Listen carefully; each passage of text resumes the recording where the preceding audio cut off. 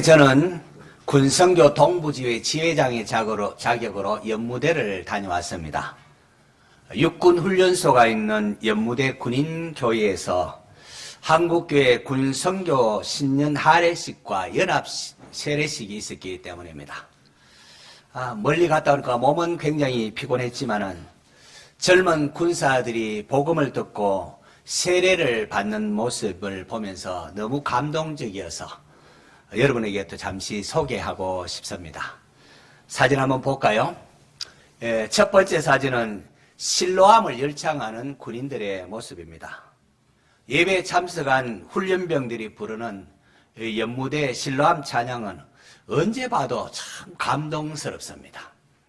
두 번째 사진 보면요, 이 찬양에 이어서 전 국방부 장관이었던 정경두 안수 집사님이 기도인도 하시는 모습입니다. 세 번째는 통합측 총회장인 김영걸 목사님이 강하고 담대하라는 제목으로 설교를 해 주셨습니다. 그리고 네 번째 사진 보면 이제 세례받을 훈련병들이 세례 서약을 하는 장면입니다. 요즘 젊은이들 전도하기 너무 힘든다 그런 말을 하지 않습니까? 그런데도 아직도 군선교는 이 젊은이들을 주께로 돌아오는 황금 의장님의 분명하다, 이걸 통해 확인할 수가 있습니다. 그 다음에 제가 이제 세례를 베푸는 장면인데요. 그 다음 사진도 마찬가지로 한 50명 이상 제가 세례를 베풀었습니다. 당일 2,300명의 장병들이 예배에 참석했고, 그 중에 새로 예수님 믿고 세례받은 사람이 1,000명이 넘습니다. 1,000명이 넘게 한꺼번에 그렇게 세례를 받고 교인이 되었습니다. 그리고 마지막에 사진 보면은 우리 군성교 동부지의 고문으로 위촉한 전 제2작전사령관 신희연 장로님 만나서 너무 반가워서 우리 함께 기념사진을 찍었는데, 당일 행사에 축사도 이렇게 해 주었습니다. 이렇게 이제 행사를 마쳤고요. 저녁에 연무대에서 이제 돌아오면서 하나님께서 기뻐하시는, 가장 기뻐하는 영혼 구원하는 일에 세임 받는 것이 얼마나 복된 일인가, 이런 생각이 들었습니다. 세월의 흐름과 함께 육신이 노쇠하고 또 이렇게 주위에 한 분 한 분 세상을 떠나는 것을 우리가 보게 되는데요. 우리가 하늘나라에 소망이 없다면 이 땅의 인생이 얼마나 허무할 것입니까? 2025년 창조주 하나님의 주권을 인정하고 하나님이 가장 기뻐하시는 복음 전할 일에 우리 함께 힘쓰는 성도와 교회 될 수 있기를 축원합니다.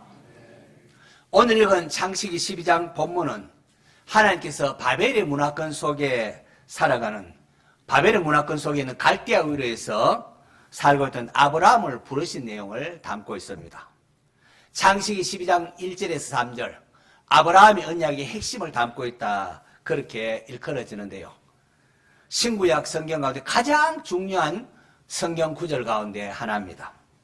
신구약에서 직접적으로 또는 간접적으로 이 말씀은 395번이나 도처에서 인용이 되는 말씀입니다. 하나님께서 아브라함을 이렇게 부르신 사건, 이것을 통하여 인류를 향한 하나님의 계획이 무엇이고 그 방향성이 어떠한지를 엿볼 수 있는 대목입니다. 죄악으로 물든 세상, 바벨의 문화에 빠진 인류, 하나님 떠난 열방을 하나님께로 되돌리기 위하여 하나님의 구원 역사에 시동을 거는 장면입니다. 여러분, 창세기 1장에서 11장까지 원역사락에서 죄가 어떻게 해서 이 땅에 들어오게 되고 이 땅에 사람들이 생각하는 것마다 죄가 간역하는 이런 죄가 들어오게 되는 배경이 1장 1절에 1장에서 11장까지 있다면 12장 1절에 드디어 하나님께서 죄악에 물든 세상을 구원하기 위하여 아브라함을 부르시는, 열방을 향한 구원하시는 하나님의 계획의 출발점이랄까요, 그 시발을 보여주는 게 바로 오늘 본문입니다. 하나님께서 아브라함을 찾아오사 너는 너의 고향과 친척과 아버지의 집을 떠나 내가 내게 보여줄 땅으로 가라고 말씀하십니다. 고향, 친척, 아버지 집, 참 친숙한 곳 아니겠습니까? 그곳에서 내가 또 의지할 수 있는 그런 곳입니다. 나름대로 힘을 쓸 수 있는 곳입니다. 그런 곳을 떠난다는 것 쉽지 않을 것입니다. 근데 하나님은 왜 그곳을 아브라함에게 떠나라 왜 그렇게 하실까요? 왜냐하면은 아브라함이 지금 처져 살아가고 있는 곳이 바벨의 문화이기 때문에 그렇습니다. 하나님을 거역하고 자기의 욕심을 따라서 스스로 하나님과 견주면서 이름을 드러내려고 했던 그런 곳이기 때문입니다. 하나님이 아닌 우상, 다른 신을 만들어 섬기는 곳이었기 때문입니다. 여호수아 24장에 보면은 너희 조상들이 강 저쪽과 애굽에서 섬기던 신들을 치워버리고 여호와만을 섬기라 라는 기록을 통하여 아브라함의 아버지 너희 조상들이 강 저쪽에서 유브라데강 티그리스 강 있는 그쪽에서 아브라함의 아버지가 이방신을 섬겼음을 짐작할 수 있는 대목입니다. 하나님은 아브라함에게서 그런 곳에서 나와라. 그런 곳에서 떠나서 내가 네게 보여줄 땅으로 가라고 말씀하십니다. 하나님께서 어떠한 땅을 아브라함에게 보여주셨을까요? 신명기 11장 보면은 하나님께서 아브라함에게 약속하신 가나안 땅이 어떠한 곳인가 나와 있습니다. 스크린 한번 볼까요? 자, 같이 읽습니다. 시작.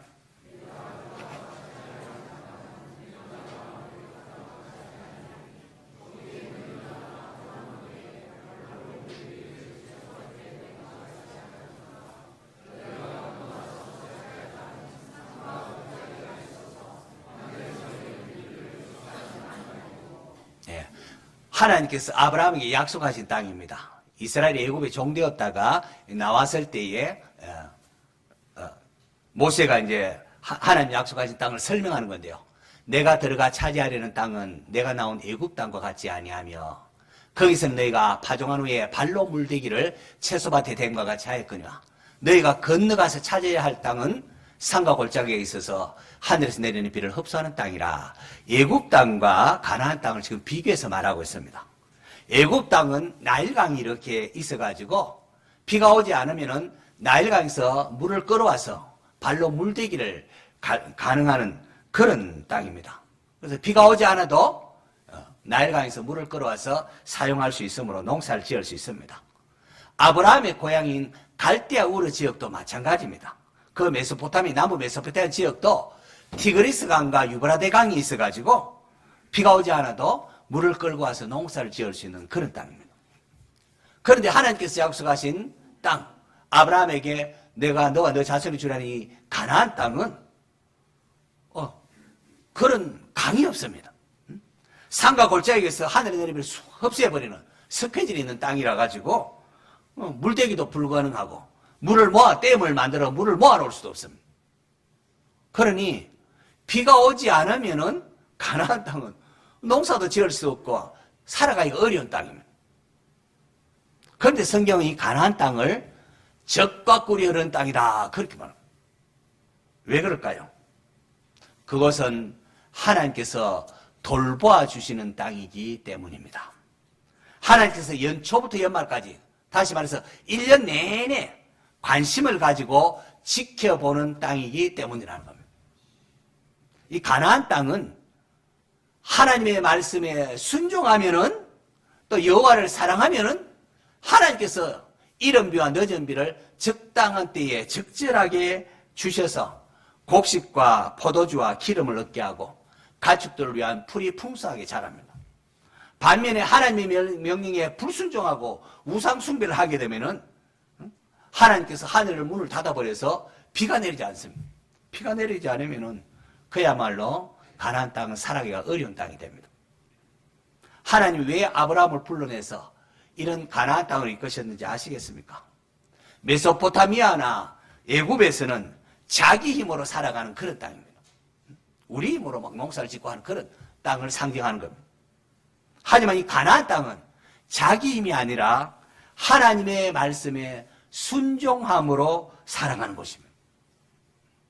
이런 점에서 가나안은 하나님이 다스리는, 하나님 말씀에 순종하면 하나님 책임지시는, 하나님이 다스리는 하나님 나라를 예표하는 땅이라고 말할 수가 있습니다. 하나님은 아브라함에게 바벨의 문화에 사로잡혀 그렇게 살지 말고 하나님 나라를 꿈꾸며 살라고 하면서 가나안 땅으로 이끄신 것입니다. 원래 우리 교회표가 곱하기 100입니다. 말씀에 순종하는 자에게 100배의 결실을 주시는 그 하나님을 우리가 좀 경험하고 누리자는 겁니다. 그런데 이것도 우리 힘은 안 되기 때문에 오직 은혜로 100배의 결실을 그렇게 표현을 정한 겁니다. 하나님께서 아브라함에게 내가 네게 보여줄 땅으로 가라고 하면서 축복을 약속하십니다. 내가 너로 큰 민족을 이루고 내게 복을 주어 내 이름을 창대하게 하리니 너는 복이 될지라. 땅의 모든 족속이 아브라함아 너로 말미암아 복을 얻게 될 것이다 라고 하십니다. 하나님께서 아브라함에게 내가 너로 큰 민족을 이루게 하겠고, 여러분 75세의 아브라함에게 자식이 없었습니다. 여러분 고대에 자식이 없다는 것은 희망과 미래가 없다고 여겨지던 겁니다. 자식이 없는 아브라함에게 하나님은 큰 민족을 이루겠다 합니다. 이 큰 민족은 1차적으로는 이스라엘 백성을 통하여 성취가 됩니다. 훗날 모세에 의하여 시내산에서 이스라엘 백성들이 하나님과 언약을 맺습니다. 출애굽기 19장에 보면은 세계가 다 내게 하나님이 세계가 다 내게 속았는데 너희가 내 말을 잘 듣고 내 언약을 지키면은 너희는 모든 민족이 중에 내 소유가 되겠고 내가 너희에 대하여 제사장 나라가 되고 너희들은 거룩한 백성이 되리라. 그렇게 하면서 언약을 맺습니다. 이스라엘 백성은 시내산에서 모세를 중보로 해서 하나님과 언약을 맺어서 제사장 나라 거룩한 하나님의 백성이 됩니다. 그러나 이것은 단순히 이스라엘이라는 한 국가를 뜻하는 게 아니었습니다. 이것이 가리키는 것은 믿음으로 구원함을 얻는 하나님의 백성을 뜻하는 것입니다. 혈통적으로 자신이 아브라함이 우리 조상이라 자랑하고 주장했던 바리새인과 사두개인들을 향하여 세례 요한이 외치지 않습니까? 회개에 합당한 열매를 맺고 속으로 아브라함이 우리 조상이라고 생각하지 말라. 하나님 능히 이 돌들로도 아브라함의 자손이 되게 할 수 있다라고 말입니다. 그리고 사도 바울도 무릇 표면적 유대인이 아니요 믿음의 자치를 따르는 자들에게로다 하면서 예수님을 믿는 성도들이 바로 아브라함의 자손이라고 했습니다. 오늘 저와 여러분도 예수님을 믿음으로 말미암아 아브라함의 자손이요 하나님의 백성이 된 것입니다. 할렐루야. 하나님께서 또 아브라함에게 내게 복을 주어 내 이름을 창대하게 하리니 너는 복이 될지라. 여기서 복이 무엇을 뜻하는 것일까요? 우리 이 땅에서는 복하면은 뭐 재물 많이 모으고 높은 지위 오르고 뭐 이런 것 뜻하는 것 아니겠습니까? 뭐 이게 우리가 이제 바벨의 문화에 그만큼 젖어 살기 때문에 그럴 겁니다. 물론 구약 시대에는 하나님께서 물질적인 거나 세상적인 지위를 통하여 하나님의 복을 예표하셨습니다. 하지만 하나님께서 궁극적으로 주고자 한 것은 물질이나 세상적 지위가 아닙니다. 복 중에 복이 무엇일까요? 온 우주 만물의 주인이신 하나님이 함께 하심입니다. 여러분 어린 자녀 뭐 모든 거 다 가져도 엄마 아빠가 없으면은 그거 아무것도 아니에요. 부모만 있으면은 아이가 모든 걸 또 할 수 있지 않습니까? 부모만 있으면 부모가 아이와 함께 해주는 게 어린아이에게 최고의 복일 것입니다. 우리 인생도 마찬가지입니다. 온 우주 만물의 주인 되시는 하나님이 우리와 함께 하심, 이게 복 중의 복입니다. 예수 그리스도를 모신 자는 사실 다 가진 자라고도 말할 수가 있습니다. 예수님이 이 땅에 오심은 하나님이 우리와 함께 하신다는 임마누엘의 성취입니다. 하나님께서는 아브라함의 후손으로 독생자 예수 그리스도를 이 땅에 보내셨습니다. 예수님께서 죄인인 우리를 대신하여 십자가에 죽어주심으로 하나님과 우리 사이에 막힌 담을 허물어 주셨고 이제 하나님께서 우리와 함께 할 수 있게 된 겁니다. 예수님이 자기 자신을 속죄제물로 하나님께 보이시고 하늘에 지속하셔서 보이시고 보좌에 앉으셔서 하나님의 영 성령님을 우리에게 보내주신 겁니다. 여러분, 예수 믿는 성도들에게는 주의 영인 성령님이 함께 하십니다. 이 사실 알아야 돼요. 우리 모임 가운데 하나님의 영이 함께 하시고 또 개인 예수를 나의 구주로 모신 자들에게는 성령 하나님이 함께 하시고 우리를 다듬으시고 거룩하게 하시고 우리 기도를 또 들어주시고 그렇습니다. 성령 하나님께서 우리 함께 하심을 여러분 아시고 어떤 일을 당하더라도 당황하거나 놀라지 마시고 성령님의 인도하심을 기도하시기 바랍니다. 여러분, 바벨탑 사건들은 인간들이 자, 우리가 탑을 쌓고 우리 이름을 내자 하면서 스스로 하나님과 견주며 자기 이름을 내려고 했습니다. 그러다가 하나님께서 흩어버리시죠. 하나님 떠나는 우리 인생은 여러분 어떻게 모든 게 주인이 하나님이신데 우리가 우리 이름을 내자 하고 그렇게 할 수가 있겠습니까? 그런데 바벨탑 사건은 인간 스스로 자기 이름을 내려고 했다가 흩어졌지만은 하나님께서는 아브라함을 부르사 말씀에 순종하는 자에게 하나님이 그를 높여 일방적으로 아람을 부르사 내가 내 이름을 창대하게 하겠다. 일방적으로 하나님께서 복을 약속하시며 언약으로 자신을 묶어버립니다. 묶어버려요. 그래서 아브라함을 통하여 그의 후손들을 통하여 복 주고 말겠다는 겁니다. 하나님께서 내가 내 이름을 창대하겠다 하면서 아브라함의 이름을 아브라함, 열국의 아버지라는 아브라함으로 이름을 바꾸어 주십니다. 성경에서 이름 바꾸는 것은 그 사람의 정체성을 바꾸는 의미가 있습니다. 하나님께서는 아브라함을 모든 믿는 자의 조상으로 우뚝 세워 주셨습니다. 예수 믿는 저와 여러분 역시 아브라함의 자손으로 예수님으로 말미암아 존귀한 하나님의 자녀라는 칭호가 주어지고 하나님의 유업을 이어받는 자가 되었습니다. 할렐루야. 장차 우리는 하나님의 모든 것을 마음껏 우리가 사용할 수 있는 유업을 이어받을 자입니다. 하나님께서 아브라함에게 복을 주신 것은 아브라함만을 위한 것이 아니라 땅의 모든 족속이 너로 말미암아 복을 얻을 것이라. 아브라함으로 말미암아 땅의 모든 족속이 복을 받을 것이라고 말하고 있습니다. 바로 예수 그리스도로 말미암아 모든 백성이 열방이 구원받는 것을 뜻하고 있습니다. 하나님의 복은 나만 잘 되고 우리 교회만 형님 동생하며 지내는 것으로 끝나는 게 아닙니다. 하나님께서 나를 통하여 우리 가정과 우리 교회를 통하여 세상 사람들에게 복을 전달하게 하는 거예요.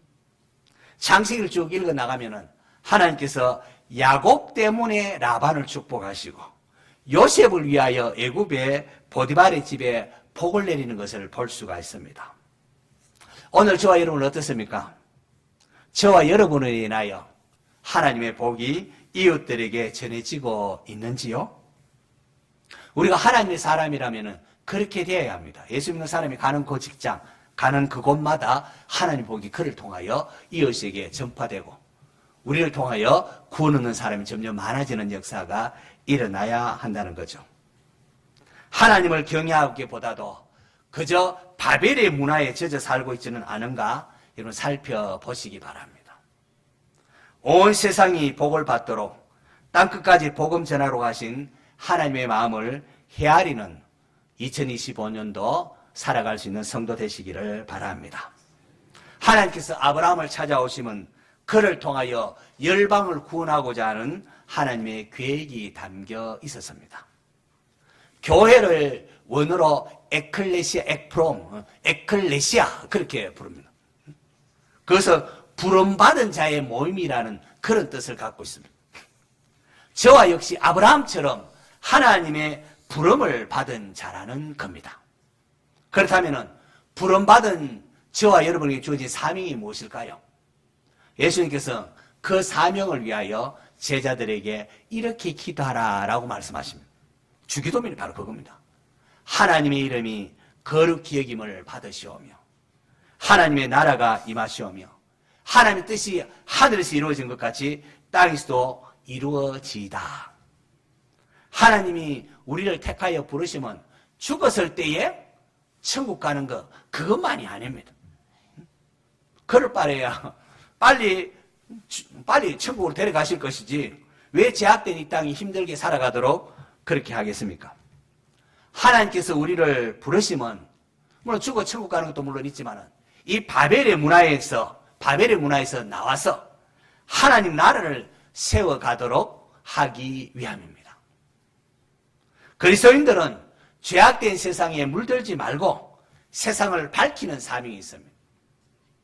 내게 주어진 하루하루 창조주 하나님을 인정하고 그분을 증거하는 성도가 되어야 합니다. 하나님 우리가 기뻐하는 걸 기뻐. 항상 기뻐하라. 쉬지 말고 기도하라. 범사에 감사. 이거 하나님 만드신 거예요. 하나님 우리를 위하여 만드셔서. 여러분 감사하지 않습니까?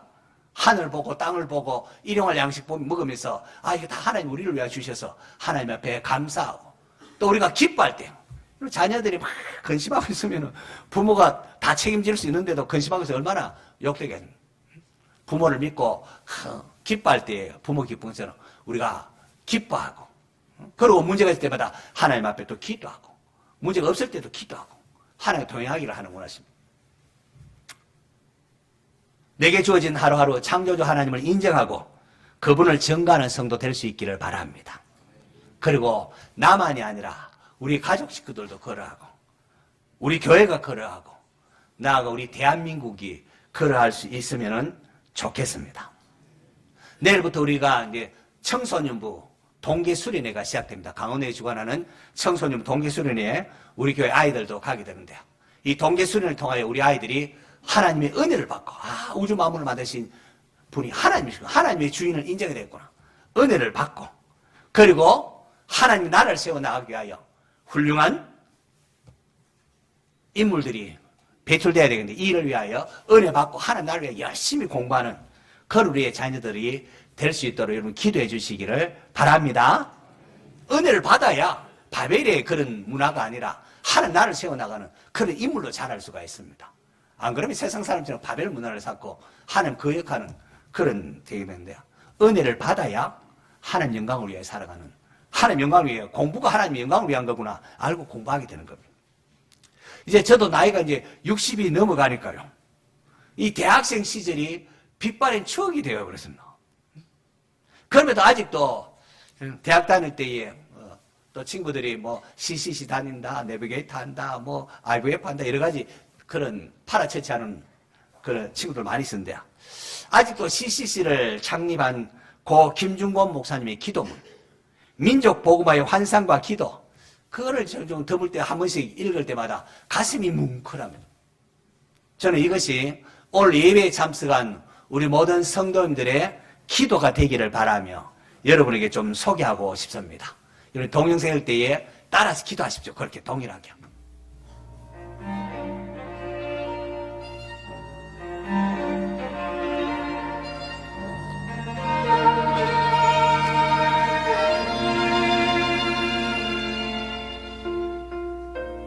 어머니처럼 하나밖에 없는 내 조국, 어디를 찔러도 내 몸같이 아픈 내 조국, 이민족 마음마다, 가정마다, 교회마다, 사회 구석구석, 금수강산 자연 환경에도 하나님 나라가 임하게 하시고 뜻이 하늘에서처럼 이 땅에서 이루어지게 하옵소서. 이 땅에 태어나는 어린이마다 어머니의 신앙의 탯줄, 기도의 젖줄, 말씀의 핏줄에서 자라게 하시고 집집마다 이 집의 주인은 예수님이라고 고백하게 하시고 기업주들은 이 회사의 사장은 예수님이고 나는 관리인이라고 고백하는 민족, 두메마을 우물가의 여인들의 입에서도 공장의 직공들, 바다의 선원들의 입에서도 찬송이 터져나오게 하시고 각급 학교 교실에서 성경이 필수 과목처럼 배워지고 국회나 가기가 모일 때도 주의 뜻이 먼저 물어지게 하시고 국제시장에서 한국제 물건들은 한국인의 신앙과 양심이 을의 보증수표처럼 믿어지는 민족. 여호와를 자기 하나님으로 삼고 예수 그리스도를 주로 삼으며 신구약 성경을 신앙과 행위의 표준으로 삼는 민족. 민족의식과 예수의식이 하나 된 지상 최초의 민족. 그리하여 수십만의 젊은이들이 예수의 꿈을 꾸고 인류 구원의 환상을 보며 한 손에는 복음을, 다른 한 손에는 사랑을 들고 지구촌 구석구석을 누비는 거룩한 민족이 되게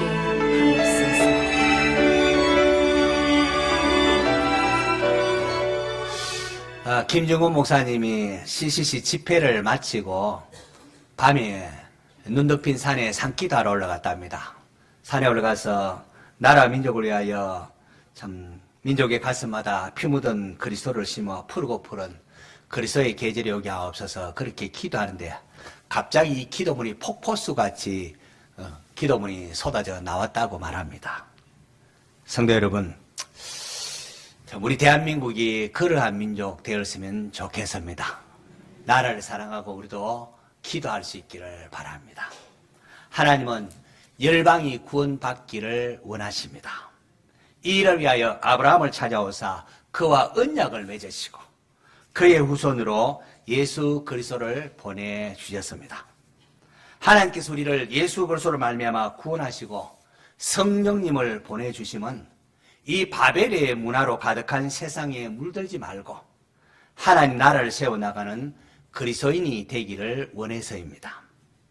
하나님이 필요 없다는 문화, 인간이 자기 이름을 내고자 하는 인간의 교만이 판치는 세상, 빈익빈 부익부 약육강식, 억압과 착취가 가득한 이 땅에서 공의로운 나라, 평화로운 세상, 기회의 균등과 차별이 없는 세상, 하나님의 형상 따라 지원받은 인간을 존중히 여기는 세상, 그 무엇보다도 하나님의 통치권이 정치, 경제, 사회, 과학, 문화, 체육, 예술, 종교 모든 영역에서 이루어지기를 꿈꾸는 겁니다.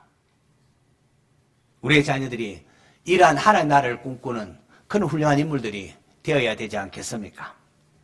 장차 하나님 앞에 섰을 때에 하나님께서 여러분을 향하여 야, 너 왜 너 요셉처럼 모세처럼 엘리야처럼 살지 않았느냐 그렇게 묻지는 않을 겁니다. 하나님께서 야, 너는 왜 너답지 못하게 살았느냐? 내가 너를 부른 그 자리에서 바로 그 상황에서 내가 할 수 있는 것을 왜 하지 않았느냐라고 물으실 것입니다. 내 삶의 자리에서 하나님 나라를 꿈꾸는 삶, 저는 우리 교회 모든 성도들이 각자의 자리에서 하나님 나라를 꿈꾸어야 할 것을 말씀드리고 싶습니다. 언제가 예수님께서 재림하실 때, 재림하시면은 그때는 이제 모든 불의와 아픔이 사라지고 온 세상이 하나님 나라가 되어 하나님을 경배하게 될 것입니다.